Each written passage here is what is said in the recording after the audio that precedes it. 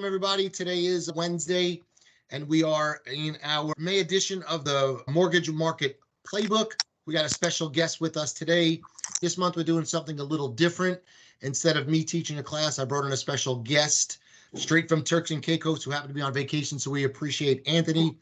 Everybody, if someone who's new to the call, my name is Dave Flashner. I'm with Stockton Mortgage. My team consists of Beth Martell, who is at a fundraiser today, so she's not with us, but we got Suzette White, who's on the call. Thank you, Suzette. Suzette's my right hand. If you've done business with me, you've worked with Suzette, and as well as Amber Jervis, who does all the marketing for my team. And if you ever need something marketing related, put your name in the chat box. Amber can email you and see if we can do something for you as well. If you ever need anything co-branded or just something specific, let me know and we can try to help. So this month we're going to do a live Q&A with Anthony. If you have any questions along the way, this is super informal. Just throw them in the chat box.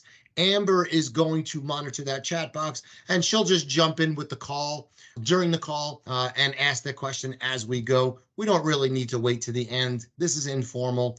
Anthony's cool. I'm cool. Just fire away questions. So let me tell you a little bit about Anthony. Just his education. He's got a double master's, one in engineering, and he's got his MBA, which means he's kind of smart, but maybe not. Right. So, but he's got his background is in process improvement, CRM management, lead generation, and sales funnel management, which all relates, even though that was kind of in the engineering field, it relates to what we do every single day. So he's traveled the country. He's covered numerous countries, working for companies like HP, Equifax, Ernst & Young. He now owns and helps run 2 very successful nutrition stores throughout Atlanta. He has parlayed that into real estate because all of his skills now with the CRM management, running his own business, he has now dove into the real estate business where he has been very successful. He's a great guy. He's a health nut. He's a gym rat. He's just an all easygoing guy. Thank you, Anthony. Welcome to the call. We appreciate your time. Thanks for having me here. This is awesome. Yeah. So what Anthony does is he's huge in YouTube, right? He's figured out the algorithms and how to get lead generation come to him based off his YouTube videos. So in this chat, let's take a poll. Who's doing YouTube? Who's doing TikTok? Who's doing Facebook or Instagram? Or if you're not doing anything, that's okay too. We're just trying to get a rough idea on how many people are utilizing social media as a source of business or how to create lead gen. So we're going to get to that. We're going to take a poll at the end, and Amber's going to go with that. So welcome, Anthony. Thank you very much for having us. Thank you for having me. This is awesome. Really cool. Thank you, man. Yeah, we're glad to have you. So I've got a bunch of questions that I want to ask you on behalf of everybody, so we'll just get started. Tell me your story, how you went from corporate America to a top producing realtor. It started off, as you mentioned, years ago. I originally wanted to be an engineer. My dad was an engineer. My brother was an engineer. I had it running in my family, so I felt like I was supposed to do that. Went that route, got the engineering degree, started in manufacturing in a manufacturing plant for a company called Shaw Industries. They're a big flooring manufacturer. Worked for them for a number of years, worked my way up, got into corporate engineering. In corporate engineering, it exposed me to the sales team. And I was on the technical side, but what we were doing was we were trying to optimize the processes of the sales team. How do we come to market quicker? How do we manage our CRM, all this other stuff? So they were using us engineers. So again, did that, worked on that for a number of years, ended up going into consulting, traveled the world a little bit. But the big thing along the way was always this hierarchy of corporate. It was always this, and this is just Anthony speaking, I always felt like corporate, HR, upper management, it slowed down my productivity process when I come up with these ideas and everything. So there was a lot of frustration for a number of years. I had built some divisions, but I always watched the executives and the C-suite get paid and the accolades and all this other stuff. And then me and my team were just kind of tossed aside. So there was some frustration along the way. The last 5 years of my corporate run, I went through a couple of mergers and acquisitions. And if you've ever been through an M&A, it's a mess. And no matter what the executive team tells you, oh, you're safe, you're good, your team. It's not. So I watched that. I watched my team get dismantled. I watched all this other stuff. So there, again, frustration building up over the time. There got to a point where I was so sick of corporate, but I was stuck in that rat race and I didn't know how to get out. And corporate gives you this false sense of security of, hey, here's your 401k, here's your health insurance, here's your this or this and this. And so I was tied into that quite a bit. And it wasn't until my wife at the time, she had one small store, a little nutrition store. We just started talking about it. Like, what would it be like to go into entrepreneurship and leave corporate, and how would that look? And so the last M&A that I went through dismantled my team again. My frustration level was super high. I was just so frustrated at this point. And so we made an agreement, and I had just finished my MBA at the time. And I said, hey, why don't you give me some ownership in this company? I'll help you grow the company. I kind of knew what was going on with the small businesses. I'd done some small business consulting on the side. So that was the agreement. And so I jumped into it. It exploded. Our stores did really, really well. Fast forward another couple of years, then what next? And a couple of our customers were realtors. And I had been talking to them for a while. And if you're in retail, if you've ever been in retail, any of you, you know that that's a business where you're customer facing. You're one-on-one in the customer's face, which is fantastic. And I really liked that. So a couple of my realtor friends said, try real estate. Let's see how it goes. Tried it, took off. Now and we're going to get into this in this conversation here, but when I went into it, I utilized a lot of my past process engineering, understanding of sales processes, et cetera, to apply that into real estate. And within 6 months, it took off. Corporate versus entrepreneurship. It's just, you just summed up corporate world in about 3 minutes. A mess. That's everyone that's trying to go from corporate to, whether it's a small company or a large company. Corporate cares about their bottom line, and you as an employee of corporate care about their bottom line. When you're an entrepreneur, you care about your bottom line. So there's a little different of a mindset. Yes, it's a lot of risk, but risk versus reward, that's what we do as a entrepreneur. For a lot of realtors on here, and I say this all the time, I will take a massive cut in pay to control my own destiny versus having it controlled by somebody else. And that's where I was at when I made that transition. Love that. Yep. So let's talk about YouTube, right? What specific tools or resources that you can recommend any agent that wants to get started on YouTube and use YouTube effectively? The two that I use the most outside of YouTube are vidIQ, that's vidIQ, and TubeBuddy, UBE Buddy. What both of those do, vidIQ and TubeBuddy together, it gives me a deep insight into not only how my videos are doing and how they're optimized, but also what my audience is doing. And what I mean by that is, so TubeBuddy was the main one I used for a while. And what TubeBuddy allowed me to do was research topics that other people were searching for. And this is going to be big. And I really want to dive into this in this session here. The importance of understanding what YouTube is. YouTube is not a video platform. It's a search engine. It's owned by Google. It is the #2 largest site on the internet, Google, than YouTube. So once you understand that it's a search engine #1 and back your way into it and back your way into making videos and back your way into these topics, your efficiencies go through the roof. Your optimization goes through the roof. So what I mean by that is vidIQ gives me intel on how my videos are doing. So I know when somebody logs off the video. I know when somebody stays on the video. I know points in my video where people are moving around. So that gives me insight in there. TubeBuddy to me is the most important one because I don't make a video unless I know somebody's searching for it. It's marketing 101. You never want to create a product and then go find an audience.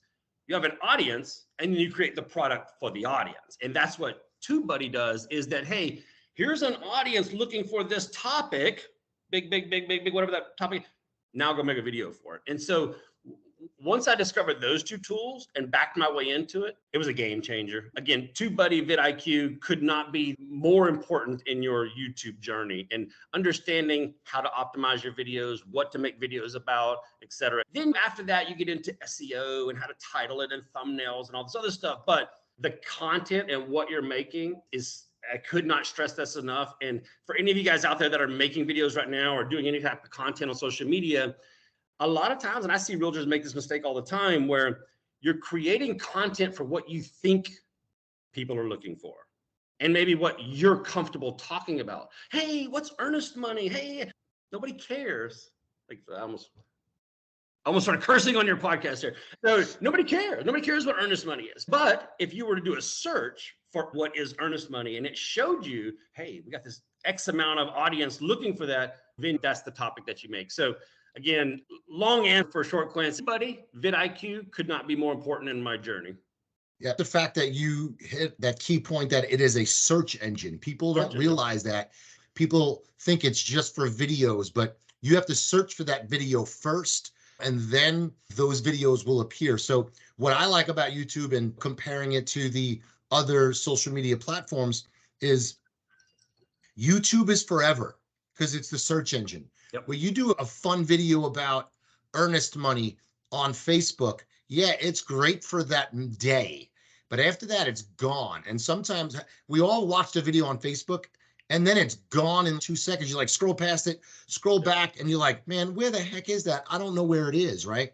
Where you're trying to capture that audience for the day, where YouTube's forever, right? You do a powerful YouTube video and then someone searches that topic, you're going to find YouTube forever. I like to cook. You know, that lasagna recipe, that's from Aunt Nona from 12 years ago, right? Grandma Nona put that out there 12 years ago. I'm still looking at that. So that's the difference between YouTube and the other channels, how powerful they are, because it's forever. So yeah, the fact that you hit that on the head when it's a search engine, it is not like the other platforms. Awesome. Yeah, and let me stay on that real quick, because this is a great example. Right now, I'm in Turks and Caicos. I'm on vacation with my family right now. We're here for 2 weeks. I've gotten 2 calls this week on videos I made literally a year and a half ago. That's it. I haven't made videos in a little while. Like, I've took a little break. I've got some other stuff going on. The fact that I can create content, and in marketing, we call it legs. If an item has legs, that means it's going to last for a long time. You put that out there. That video that I got a call on this week makes me cringe. When I go back and watch that, it makes my head spin that I can't believe somebody would watch that buffoon on that video and call that guy to want to do business. But it works. It's baffling to me. I love it. And it's the perfect platform. Yeah, your videos are amazing. So if you guys haven't looked at it, check out Anthony's. Let's put it in the chat box of his YouTube channel. If anybody wants to take a look at it later on and just explore what he's doing and look at his videos. All right. So your channel, how do you optimize the content to maximize the impact on your engagement? So when you put a video out there, how do you get the engagement? Again, it all starts with, and I mentioned this to you before the call, I may go back and revisit the same answer a couple of times. It's all going to start with knowing what people are searching for and creating the content for what they're searching for, period. That is going to be the game changer for all of your business. Do not make content for what you think people are searching for. Make sure it's data driven, then create the content. So in terms of how do I optimize it, I know what people are searching for. And the other thing is, and I still need some work on this, for you guys that are going to look at my channel, it's not perfect. Please understand that I'm not saying my channel is the best channel. I know some colleagues of mine that have monster channels that do all this other stuff, but I have 30, 40 videos at the most, and I have close to 4,000 followers on there. Again, that's not big, huge numbers, but it's an example of creating content for what people are searching for. The other piece is the thumbnail. When people are scrolling through YouTube, you're going to stop on what you're attracted to, your eyes visually are attracted to. If it's a boring thumbnail or it doesn't say a lot about your video, it's not going to get much traction. But if you have the right content for what people are searching for, the right thumbnail, and then just create your description based on that using all those keywords, you're going to get optimization out of your channel, and YouTube's going to reward you for that. Yeah, the amount of views and followers, yeah, they're great, but it's all about the return on investment. And what you've done is remarkable. How many closings that ties back to your YouTube channel. I did $25 million in 2 years straight from YouTube. Just from YouTube, which is unbelievable, guys. It's proof right here that if you put the time, effort, and be consistent into social media, it works. Again, we all love that Facebook 1-minute post. We love the Instagram. We all want the likes. It's great for us. But again, YouTube's forever. And we all want to be Grandma Nona lasagna.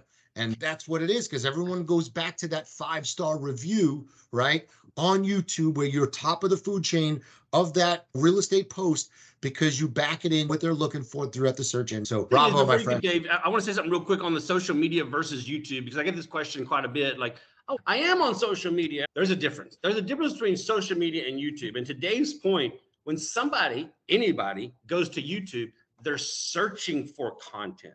When you go to social media, you're scrolling through content. You're not necessarily searching for anything. So I could put out whatever all day long on Facebook or Instagram or TikTok or whatever. Nobody's searching for that stuff.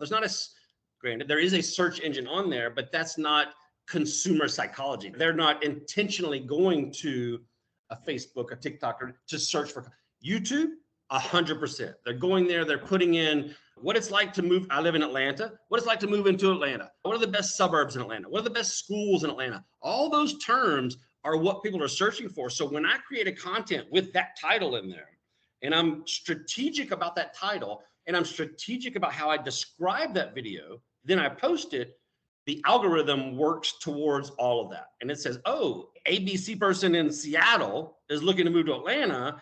These are their search engines. Here's the video for it. And they see it. And that's how it works. You mentioned the algorithm. So let's talk about what it takes to be on YouTube's channel where they move you up, right? So what is the golden rule? How many followers do you need? And we've had this conversation before. I think it's minutes watched, right? It's not 100%. Just, so 100%. Tell the folks on this video of that algorithm, what YouTube is looking for. So it's silly. Anybody who exercises will get this metaphor when I say it. We joke in the gym a lot of times about guys that work out their beach muscles. And those are the ones that, hey, I just want to have some big biceps. I want to have this chest or thing, but they don't work out their whole body or they don't want everything. So it's a matter of, again, backing your way into it, like creating the right content, creating the right thumbnail. Now, again, if you look at my thumbnails, they're not the best. They're not professional. They're not super cleaned up, but and this is a whole nother conversation we can get into. What triggers a consumer on a thumbnail? Is it an expression? Is it bright colors? Is it big, bold letters? Other things. And there's a lot of research that goes into that. But Dave, I actually literally just forgot your question. That's why I love this style, because it's just sometimes I'm putting you on the spot. You caught me in vacation mode, so keep going. Minutes, yes. Watched, so, and followers let me go needed. Back to that, because that's super important. I've actually met with some YouTube executives a while back for a different subject, and we started talking about this, that all YouTube cares about is, to Dave's point, the number of minutes somebody spends on your video, because they place ads on your video. That's how they create revenue. So the longer they watch a video of yours, the more important that is to YouTube. They literally, again, from a YouTube executive, they don't care about watch time total. They don't care about number of subscribers. They don't care about any of that. Can you create a piece of content that has somebody watching from the beginning as far into it as possible? And you'll know if you go see some of my videos, I'm silly. I'm kind of goofy in there sometimes. But if you're a consumer of YouTube videos, you know that even when somebody's over the top silly, you like watching them. Like, this guy's a dork, I'm going to keep watching him. This guy's a moron, I'm going to keep watching him. That's all they care about. So some of my stuff is, I often think about it when I'm creating something, and we're going to get into this in a second. Authenticity is king. So I always want to be myself. But how can I create something that keeps somebody watching for as long as possible? Mm-hmm. And I guarantee you it's not. And all of y'all have seen this video of the realtor that says, today's Atlanta market update is blah, blah, blah, blah. Nobody wants to watch that. Nobody cares about that. But if I'm like, hey guys, what's up? My name is Anthony. I'm with eXp Realty, yada, yada, yada. Here are the best neighborhoods in Atlanta. Let's get going. It's just a little bit more energy. It's a little bit more, hey, I want to watch this guy just for 30 more seconds. Or it goes back to, that's all YouTube cares about. So think about that when you're making your content. Don't get caught up in I got to have the right lighting. I got to have the background or this stuff. No, authenticity is king, being original, keeping it entertaining, being yourself. It's okay to curse every once in a while. It's okay to stumble over your words. It's okay to do all that stuff. That's all YouTube cares about, is can you capture a viewer and how long can you keep them on there? That's it. You know, we all come back to that. Hey, we've got one opportunity to make a wow, right? Every video you have, you need to create a wow, and you don't want to be stuck up. And when I say stuck up, just tight buttoned in the suit and tie. Yeah. Nobody cares about that anymore.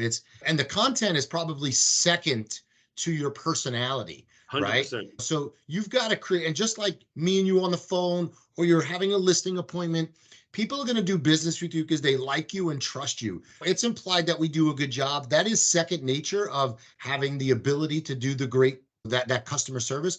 But that icebreaker for social media comes with your personality and how big you can make it.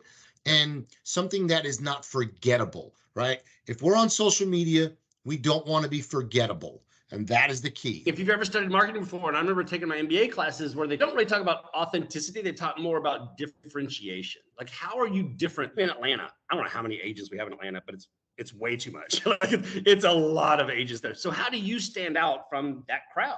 Well, I'm doing a podcast with Dave, and I got my hat on backwards, and I got a little vodka cranberry at 10 o'clock in the morning, and I'm out at the beach, and but people relate to those people. Sorry for that. But people relate to authenticity. Like, you want to do business, to your point, to somebody that's like you, that thinks like you, that loves life, that loves to have a good time. Like, not just a suit and tie. Again, I always refer back to me as a consumer. How do I like to do business with people? I loved you from the beginning. Like, you and I hit it off, and we were the same person. We love baseball. We like working out. We like this other stuff. Those are the people you're going to want to do business with. And that translates when you do video, if you're truly authentic. It's just be yourself, be authentic. If you're having a bad day, we all do, don't do a video.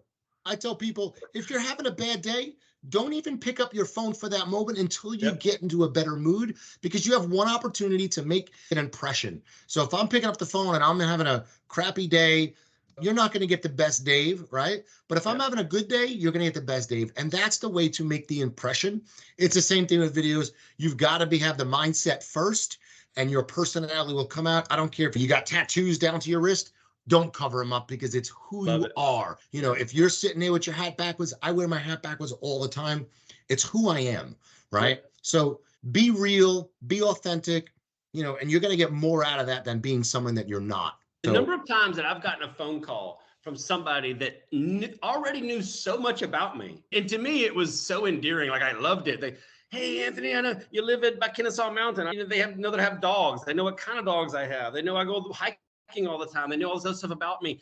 But again, there was an immediate connection where I didn't have to go through and for all you agents on here that go to listing presentations and buyer presentations, and I'm not saying you never have to do that again, but it eliminates a lot of them. Like, the number of times I've gotten a call where, again, that connection is made and they say, you're my guy.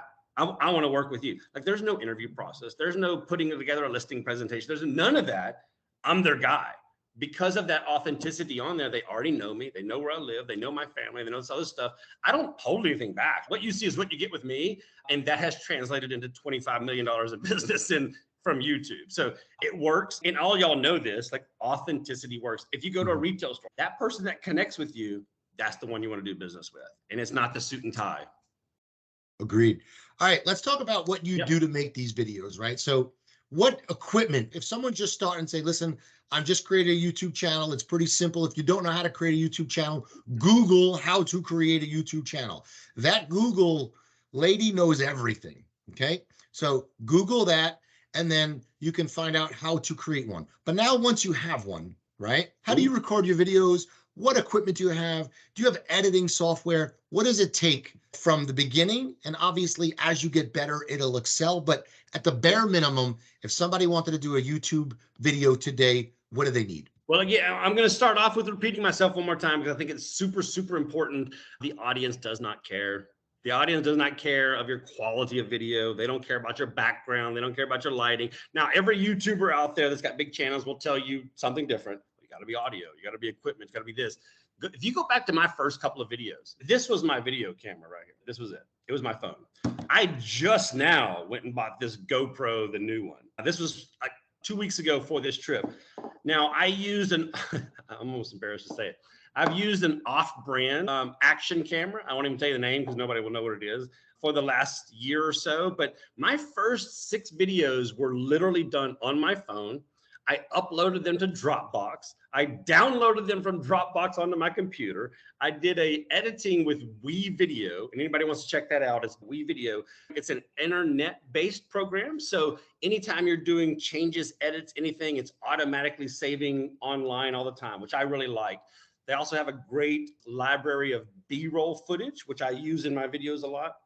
But it was that archaic. It was me on my phone, me using Dropbox, me using WeVideo, and throwing it out there. And I don't have any editing background. I don't have any skills in that area. I knew it was sloppy, but I knew my content was good. I knew I was making videos about topics that people were searching for. And again, at the time, if you're a new agent, what the hell do you have to lose? Like it's just time. Like it's just time to create some content and put it out there and see if it works. Now, and I don't think you're asking this question or not, but I do want to touch on it.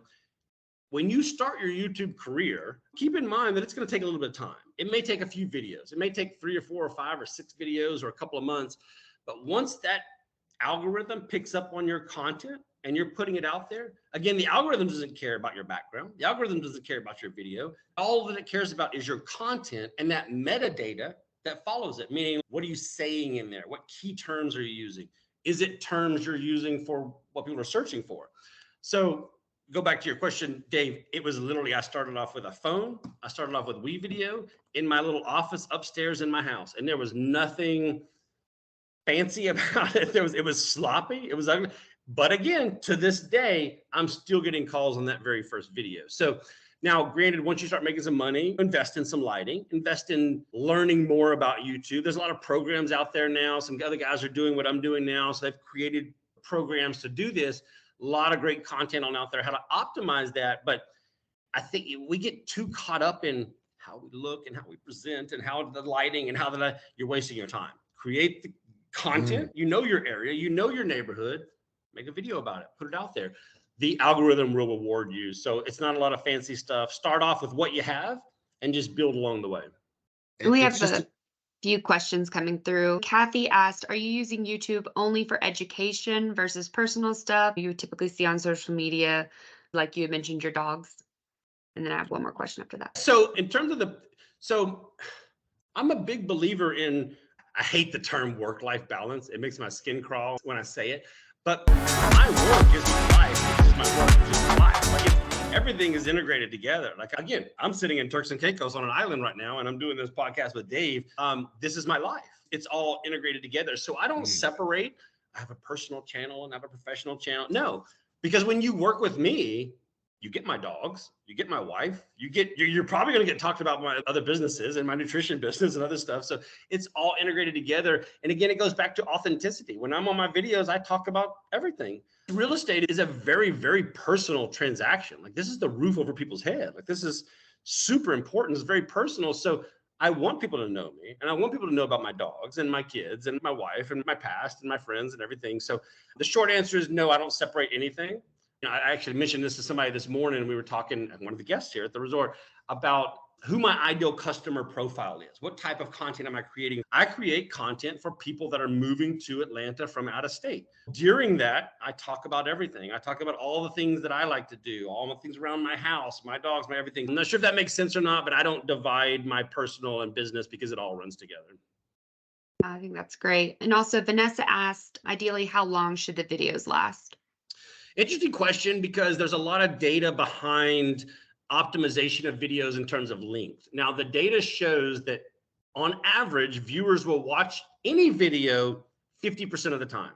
That's usually the point where the human mind says, I got enough information, I'm good to go, I understand this video, on to the next one. So with that in mind, some people say, well, don't make a 2-minute video, don't make a 3-minute video. It's okay, that's too short. I make whatever the hell I want that gets the topic across, period. I don't get caught up in the minutes. I don't get caught up in, is it 20 minutes? Is it 10 minutes? Is it whatever? If it's a good, solid content, if it's what people are searching for, and I have good data to go in there, I'm putting it all in there. I think my longest one may be 15 or 16 minutes long.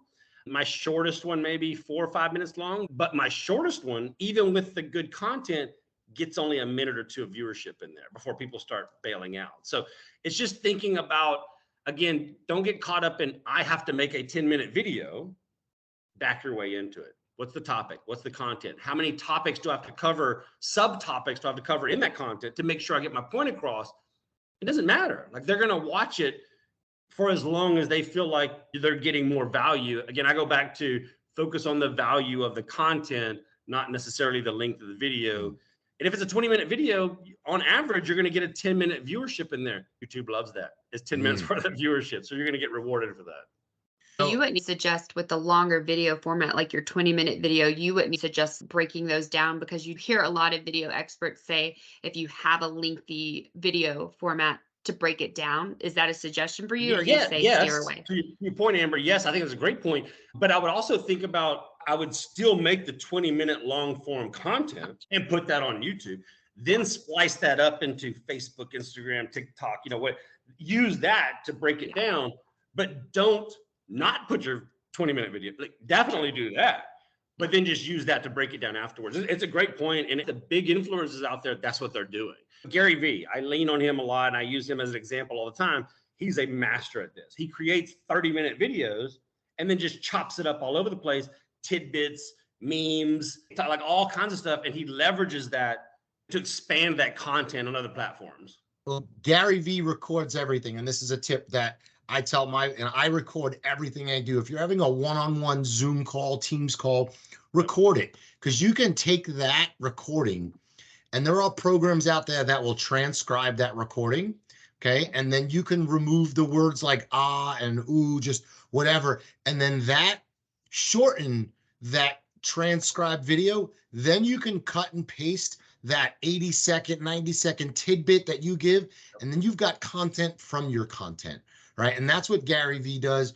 Listen, guys, Gary Vee gave a quote the other day, not me personally, I wish it was. That'd be awesome. It stuck with me, and he said, it's 2023, and there are more people online looking for education than people providing the education. There are more people looking for information than people providing information. What does that mean? That means we all go there, including myself. I'm 45. My daughter's 10, who's starting to get into that looking. Yeah, I'm still young, right? I'm ahead of you. My parents are 70s, and we all have an iPad and an iPhone or some type of app. Most of the information we get, unfortunately, is from that, right? So everyone out there has that looking for information, because that's what we're doing with scrolling. Anytime that we want to find something out, we go on YouTube, we go on Google, we're looking for information. So you can have as many people putting content as possible, and it's still not enough. And if you stand out just a little bit, you will be that influencer or subject matter expert on your industry. So the more the merrier. I was going to say, you may be jumping into this in a second. I don't have a list of questions here in front of me, but it goes back to that whole understanding the sales process. And if I could leave just the smallest, most important piece of information to you guys, what got me started on YouTube, back in my engineering and consulting days, we were studying the sales process. And one of the things we were teaching sales people was, how do you put yourself in front of the customers as early in the process as possible to become their guy? So hypothetically, you're buying a new car. The first thing you do when you're buying a new car is, let's see, what are the red Teslas going for nowadays? You start your research online. Well, if you were to get in front of a salesperson, a Tesla salesperson, the second you type that in, that answered a couple of questions, wasn't overly aggressive, but educated you, there's a pretty good chance you may ask that person another question or another question. Then you build a relationship. Then all of a sudden, this is your guy. Oh, he's in Atlanta. He's got a dealership here. You see where I'm going with that? If you can become that guy as early in the process as possible, and this is really what started the YouTube thing. So I started thinking like, okay, if somebody's moving to Atlanta, what are they even searching for? And again, it goes back to backing your way into the videos, but it's just the importance of creating content as early in the process as possible. And I see realtors do this on Facebook and Instagram and other stuff, where they start talking about what happens at closing, and they make a video. Well, if you're making a video for somebody at closing, they probably already have a different agent and you're not the agent. And now, so you see where I'm going with it. But if I were to capture them early on, like, what about even moving to LA, or what about moving to this place? Like, then I become their guy. It just goes back to the importance of capturing that early on and creating content that people are searching for, that has nothing to do with real estate. Nothing to do. It's all about your area, your location, your neighborhood, your schools, your everything. That's what people are searching for early in the process before they even find a realtor. Super important.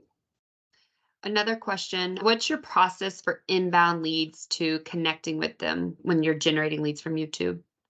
It's a pretty, raw kind of process. What I love about YouTube is, again, I go back to something I said earlier. When I get a call or an email, I've already skipped so many steps in making this my customer. They call me and like, Anthony, you're my guy.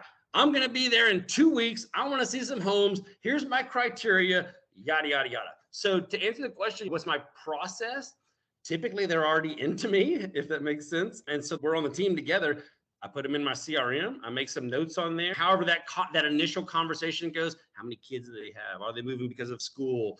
Any type of information I have all goes into my CRM, and I set reminders in there immediately. Usually on that first phone call, I'll set them up on a search and I'll say, hey, in a couple of days, let's talk again. So it sounds like I'm brushing off the question, and I'm not in any way, but the YouTube enables me to skip a lot of those steps in there. So that initial process, if you meet somebody at the grocery store and, hey, they want to use a realtor, that process is very different than somebody that finds me online. When they find me online, I've skipped 3, 4, 5 steps in there. We're looking at homes next weekend. We have something under contract by Sunday. We're closing in 30 days. And it can move that fast. The analogy of a cold lead versus warm lead. Exactly. So 95, maybe even higher than that, 95% of the calls that I get are super warm leads. We've skipped all of that. Again, it goes back to the power of YouTube. It just eliminates all that initial BS to get to that point. So Ron Young says, how many videos do you do daily? Do you put out content daily? And I think the answer to that question is YouTube is different than Facebook and Instagram because they're shorts, right? Where a YouTube video, that's going to be tough to do daily just because they're long, they're more content driven. You've got to do a little bit more research on them. Where Instagram, TikTok now, and Facebook is shorts. I can do 2 or 3 a day just from the content in my head, super quick, put it on Facebook, Instagram, TikTok. I feel like YouTube is a little more time consuming to do it daily, correct? Little more is an understatement, number one. It's a whole lot more. It's very time consuming. I did an interview recently and we got into this subject and we were talking about it. And one of the guys said, how long does it take you to make a video?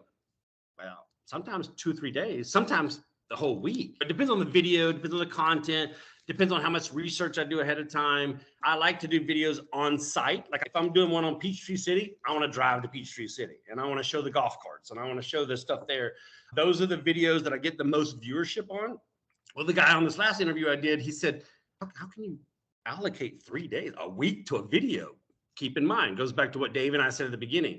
When I make that one piece of content, it's forever and ever and ever and ever and ever. So yeah, what is your ROI on a couple of days of a piece of content? Like it's forever. Like your ROI is so much greater than this. We get caught up in this. I can't do more than 2 hours. I got this time block. No, create a good piece of content because it's forever and ever. I can't stress that enough because I think too many times people get caught up and it takes me too long to do something. You have to look at the ROI on there and how long those legs are and how long that lasts for you, because that ROI is nothing compared to how long that piece of content lasts. So even if I allocate a week a month or 2 days a week for a month, it's always going to be a better, higher return than any other piece of content out there. On this call, we are loan officers and real estate agents. Okay. That's what we do for a living. And I've always said for years, yeah, I do loan. I'm in the customer service business. I happen to do loans. Okay. And that's what I do. I drive customer service home. But in the end, we are all marketers. And marketing is how we create business, on how we bring in that lead gen. So marketing is a huge part of your business. It's not just putting flyers out there. I would say this, pardon me for interrupting. I want to say this because I think this is a super important point that you're making.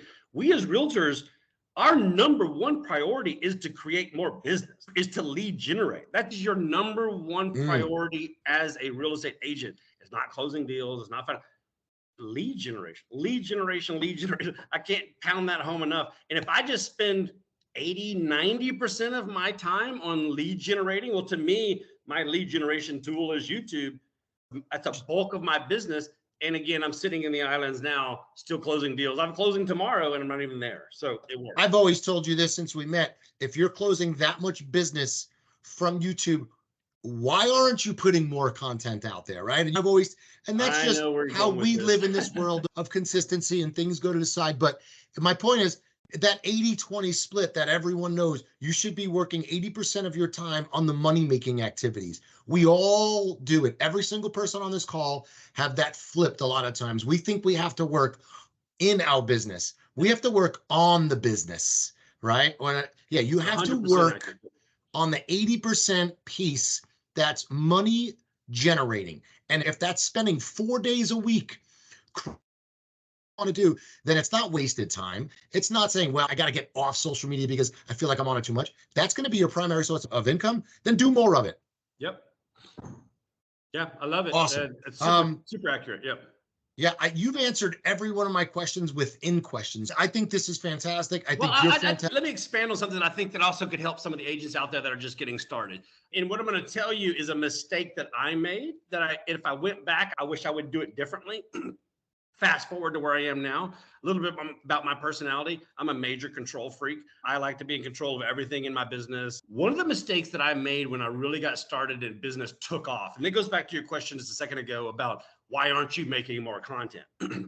Well, being a control freak, I wanted to make content, but I also wanted to manage my business. I wanted to do everything. You can't do it. It's impossible to do everything. For those that are starting off, if you get started, get some leads coming in. And if you don't already have a team built, build a team immediately, get some buyer's agents, get some seller's agents, listing agents, whatever it is, and start funneling those leads to those agents and build your team that way. I made the mistake of not doing that because I wanted to control everything. I love when people call me and they knew me and I was a celebrity and all this other stuff. I loved that, but it's also hurt me in many ways. I did $25 million in 2 years. I bet I could have done $50 million with a team. I bet I could have done $75 million with a team. So those that are getting started, get your content going, everything we're talking about on here, get that started, build a team as early as possible, funnel that. There may be a transition period in there where, oh my gosh, I'm giving up all this business. It will exponentially grow after that. It will get better. That way you can back out of production. I mean, I don't know how many guys love selling and love showing homes and all that. I don't. I like the beach. I like vacation. I like my family. I love my life and everything. So I'm in the process of that right now. I have more business than I know what to do with, but that's also prevented me from making more content. So yes, my videos were great. Yes, I was very successful. There's a lull in there because I didn't leverage that and I didn't use a team to do that. So again, my piece of advice to anybody that's going down this path, once you get started and you see that volume coming in, leverage that, get a team, back out, become a CEO of your business, and don't be out there grinding all day long. That was a mistake that I made that I wish I would have done differently. I've always said, whether you're in real estate, whether you're in the loan side of it, you got to run this like a business, right? You are the CEO. You're the CEO of your business. Yep. Once you start tracking things, and I'm going to get to Taj's question in a second. Once you start tracking things and understanding that you are the business, okay? Knowing every detail about the business, knowing how often you put content out there, how often you follow up on your lead gen, just everything, know everything about your business. I've excelled in this in my field where I know every single thing about my business and I'm pretty successful because of it. And I teach it, right? And if you ask me one thing about my success is because I know every detail about my business, how many leads I've taken in January of 2018. I know every lead and where it came from in February of 2021 and the results of it, how I got that business and what I did with that business. So my advice to everybody is track everything. Taj, answer your question, track everything, okay? What about your follow-up process or tools? You can go spend a bunch of money or you could do it for free with Google Docs, okay? Or whatever format that you have, an Excel format. Just make sure you track it, knowing that you're following up at least once or twice a week with every single lead that you have. Leads are hard to come by. And if you let one lead slip through the crack, that is shame on you because leads are hard to come by, okay? And when you get it, you've got to nurture it and be yourself, be authentic, but you have to follow up with them. If you want to dive a little deeper into that, I can show you my tools on how to do that on a separate call, or we will arrange one of these calls and show you the process that we use. Amber, what's Vanessa asking? Yes. Do you recommend asking viewers to subscribe/follow up from the start, follow your YouTube channel? It was an early ask in my videos. I don't know. The data does not show me that made a difference, whether I asked for subscribers or not. If people like your content, they're going to subscribe to it. That's the conclusion I came to. If you're engaging, if you're entertaining, if you're giving good content, and you say, hey, Mr. Buyer, I'm going to be putting out content like this every single week. If you like it, go subscribe. But it was never a big ask of mine. In the beginning, I was trying to figure out my dialogue. How do I introduce myself? How do I start the video? And a lot of YouTubers, they do that. So I was doing it. But then when I stopped, I never noticed a difference. If they like you, they'll subscribe. But I also go back to, what does YouTube care about? They don't give a damn about your subscribers. They don't care how many subscribers you have. Can you make content where somebody is watching that's entertaining, engaging, and they're staying on your video? Period. End of story. That's all that matters. Yeah, it goes quality over quantity. All they care about. That's all they care about. Can they run ads on your video and will people watch it? That's all they care about. Makes sense. Well, we're 5 minutes to the hour. This is perfect. I try to keep these under an hour. Does anybody have any questions for Anthony or myself or want to chime in? Like I said, we have this recorded. So if anybody wants to go back, we will send you the recording tomorrow. Go ahead. Dave, let me say one thing, to anybody on this call, share my contact information. Don't call me because I'm on vacation, but text me, email me. I love helping people in this, this arena of YouTube. I think it's a game changer in terms of lead generation, the whole mailers and cold calls and everything. And I'm not saying that stuff doesn't work, but when you start comparing ROI on time invested, YouTube is just light years ahead of all these other places. And I'm not, my wife tells me all the time, don't tell those agents how to do your job. They're gonna copy you and they're gonna take your business. No, you can't do what I'm doing and I can't do what you're doing, period. I can't be Dave. Dave can't be me. Anytime you put out content, it's always gonna be you. Text me, call me, anything. I'd love to help you guys get the channel started, talk about thumbnail, whatever it is. I love talking about this subject. I've actually leveraged this into another small business consulting business where I'm helping actually dentist office right now create content for their channel. So the formula works regardless of the industry. Call me, text me, anything. I'd love to help you guys out any way I can. It goes back to that Gary V. There's more people looking for content than people creating the content. So, hey, there's a lot of fish out there. There's a lot of people buying houses. People want information. And again, YouTube is powerful. Game changer, guys. Yeah. This is the other thing, and I'll say this before getting off. I don't do any other marketing whatsoever. And I did $25 million in 2 years, and it's still going strong, and I'm doing well. I don't spend money on mailers. I don't do my cold calling on YouTube, and then my circle of influence and circle prospecting. That's my entire marketing plan right there. It's awesome. Well, awesome, I appreciate you, Anthony. We appreciate you. Thank you for spending an hour while you're at the beach. Go enjoy the rest of your trip, and we'll chat when you get back. Sounds good. Thanks, guys, for your time. Call me anytime. Thank you. Appreciate you, man. Thanks so much. Thank you, guys. Thank Awesome. you. Bye. Thank you, man.